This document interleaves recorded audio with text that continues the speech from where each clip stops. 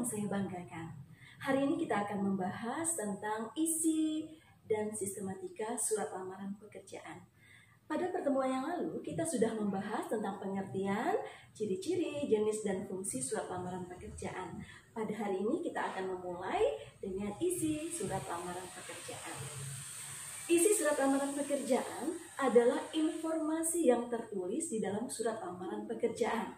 Surat lamaran pekerjaan berisi permohonan seorang pelamar agar diterima bekerja di tempat yang dilamar. Nah, yang kedua, sistematika surat lamaran pekerjaan. Surat lamaran pekerjaan memiliki sistematika yang runtut dan memiliki unsur-unsur yang sangat penting. Secara umum, sistematika surat lamaran pekerjaan meliputi unsur-unsur sebagai berikut. Yang pertama, tempat atau tanggal penulisan surat. Nah, untuk tempat dan tanggal penulisan surat, di sini kita harus menunjukkan tempat di mana surat itu dibuat. Tempat dan tanggal pembuatan surat harus ditulis di bagian sebelah kanan atas. Penulisan tempat dan tanggal pembuatan surat tidak diakhiri dengan tanda titik karena bukan sebuah kalimat. Berikut contohnya. Kemudian, yang kedua, lampiran surat.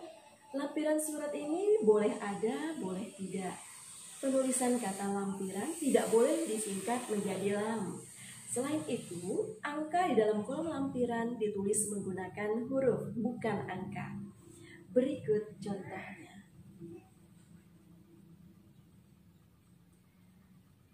Baik, kita lanjut yang ketiga, nama dan alamat tujuan surat. Nama dan alamat tujuan surat yang dimaksud yaitu alamat tujuan pengiriman surat. Pada bagian ini menunjukkan tempat dan nama tujuan surat. Aspek-aspek yang harus diperhatikan yaitu 1. Nama dan alamat penerima surat ditulis di bagian kiri. Yang kedua, alamat disarankan tidak boleh lebih dari 3 baris. Yang ketiga, penulisan kepada tidak perlu ditulis dalam alamat surat karena penulisan kata kepada menunjukkan pemborosan kata. Yang keempat, jabatan tidak boleh menggunakan jenis kelamin seperti bapak ataupun ibu. Yang kelima, penulisan kata jalan tidak boleh disingkat JL atau JLN. Nah, jadi harus ditulis lengkap jalan. Yang keenam, tidak menggunakan tanda titik untuk mengakhiri setiap barisnya. Nah, silakan perhatikan contoh berikut ini.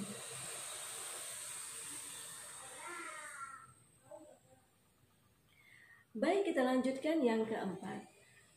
Ada salam pembuka. Salam pembuka adalah bagian surat yang merupakan kata pembuka. Salam pembuka ini berfungsi untuk mengawali surat. Salam pembuka selalu ditulis di sebelah kiri. Huruf pertama kata pertama ditulis menggunakan huruf kapital. Salam pembuka selalu diakhiri dengan tanda koma. Berikut contohnya. Baik, berikutnya yang kelima yaitu bagian pembuka surat. Kalimat pembuka merupakan bagian awal isi surat. Kalimat pembuka surat digunakan sebagai pengantar untuk menyampaikan isi surat dan menarik perhatian pembaca terhadap isi pokok surat. Dalam pembuka surat harus sudah muncul pernyataan umum yang menggambarkan data diri pelamar. Perhatikan contoh berikut ini.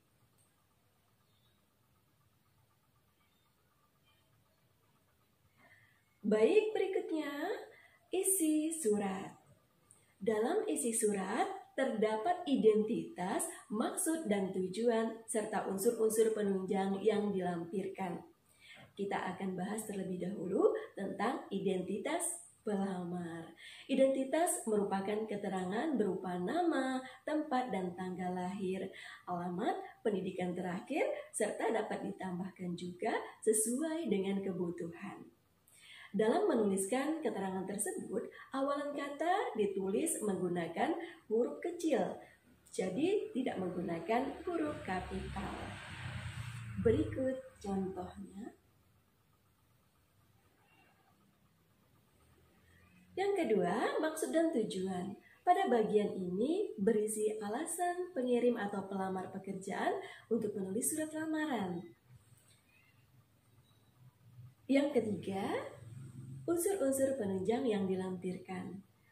Sebuah instansi kadang-kadang meminta pelamar untuk mencantumkan syarat-syarat.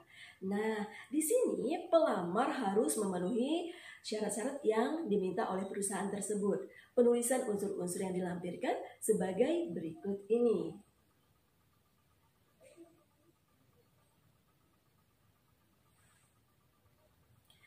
Nah, berikutnya adalah bagian penutup surat.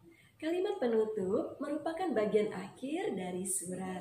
Kalimat penutup surat berisi harapan atau ucapan terima kasih. Perhatikan contoh penutup surat berikut.